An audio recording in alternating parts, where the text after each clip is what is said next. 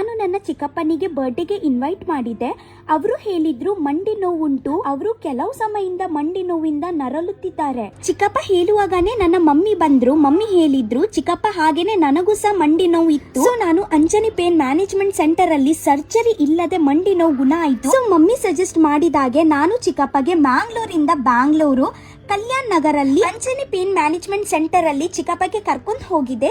Appointment book ಮಾಡಿ ನೀಟಾಗಿ doctor explain ಮಾಡಿದ್ದು ಯಾಕೆ ಮಂಡಿ ನೋವು ಬರುತ್ತೆ ಅಂತ. ಸ್ಕ್ಯಾನ್ ಮಾಡಿದ್ಮೇಲೆ ಗೊತ್ತಾಯ್ತು ಮೊನ್ನೆ ಕಾಲು ಸವಿದು ಹೋಗಿದೆ ಅಂತ. ಡಾಕ್ಟರ್ ಕೂಲ್ಡ್ RFA ಸಜೆಸ್ಟ್ ಮಾಡಿದ್ದು. RFA is a FDA approved treatment. Even in US and UK countries ಅಲ್ಲಿ ಡಾಕ್ಟರ್ ಸೇಮ್ ಟ್ರೀಟ್ಮೆಂಟ್ ಯೂಸ್ ಮಾಡ್ತಾರೆ ನೀ ಪೇನ್ ರಿಲೀಫ್ ಆಗ್ಲಿಕ್ಕೆ ವಿದೌಟ್ ಎನಿ ಸರ್ಜರಿ. ಈ ಟ್ರೀಟ್ಮೆಂಟ್ ನಡೆದಿದೆ 30 ಮಿನಿಟ್ಸ್ ಅಲ್ಲಿ ಪೇನ್ ರೆಡ್ಯೂಸ್ ಆಯ್ತು. ಸರ್ಜರಿ ಇಲ್ಲದೆ ಪೇನ್ ರೆಡ್ಯೂಸ್ ಆಯ್ತು ಅಂತ ಚಿಕ್ಕಪ್ಪಗೆ ತುಂಬಾ ಖುಷಿ. ಅವರಿಗೆ ಆರಾಮಾಗಿ ನಡಲಿಕ್ಕೆ ಆಯ್ತು. ನನ್ಗೆ ತುಂಬಾ ಖುಷಿ ಆಯ್ತು. ಸೊ ಯಾರಿಗೆ ಆದ್ರೂ ಮಂಡಿ ನೋವು ಗುಣ ಮಾಡ್ಲಿಕ್ಕೆ ಇದ್ರೆ ಈ ವಿಡಿಯೋನ ಶೇರ್ ಮಾಡಿ.